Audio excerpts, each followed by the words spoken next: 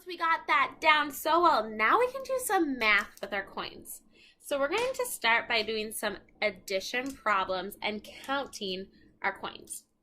When we start, the first two coins I want us to focus on are pennies and dimes. Remember, pennies are worth 1 cent and dimes are worth 10. So I'm going to start by putting on the top of my board, and I hope that you guys can kind of see this. I put 1 penny and 1 dime. We need to figure out how much I have total.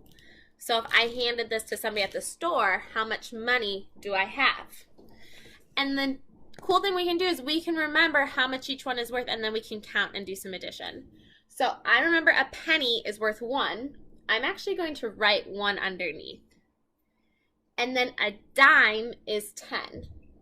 So now I have 10 underneath then. I could put a little plus sign in between, and now I have an equation. I have 1 plus 10. So 1 plus 10.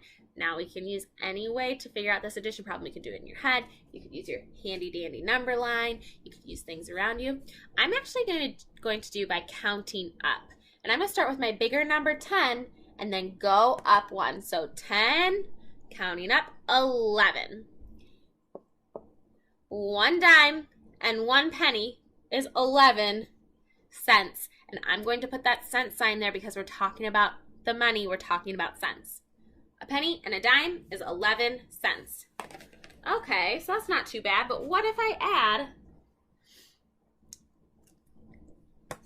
what did I add to this? Now I have a penny, a dime, and a penny. Okay, again, the first thing I'm going to do is write how much they are worth, their value underneath. So a penny is 1, a dime is 10, and another penny is 1. I'm going to put these little plus signs in between. Now I have 1 plus 10 plus 1. Well, we already did 1 plus 10, and we said that was 11. So I can say I already did that and I got 11. But I still have this new plus 1. I'm going to bring that down. Now I have 11 plus 1. Well, let's count up. 11, 12. I have 12 cents. Nice. Okay, let's keep going and see what happens next. I have another dime. Whoa. Okay, I have a dime, I have a penny, I have a dime, I have a penny. Let's start first by putting the values underneath. 10, 1, 10, 1. And there's our little plus signs here. I'm going to do something a little different this time. I see I have 2 dimes. I'm actually going to think about those together, and I'm going to think about my counting by tens. So 10 plus 10, if I do counting by tens, 10, 20. That is 20. Now I still have my 1 plus 1. Okay, 1 plus 1, let's do that one in our heads. That's pretty easy. That's 2.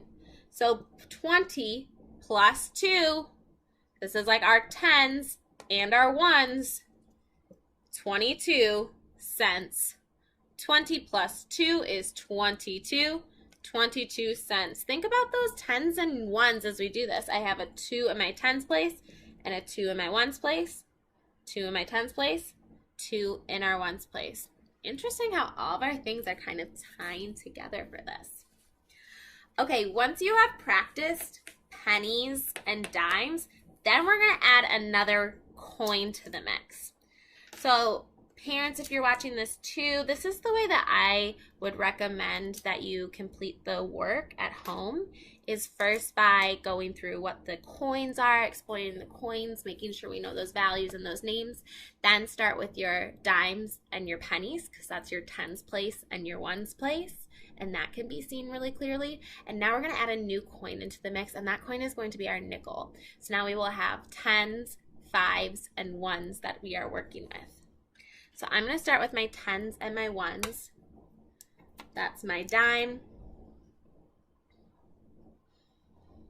and my penny.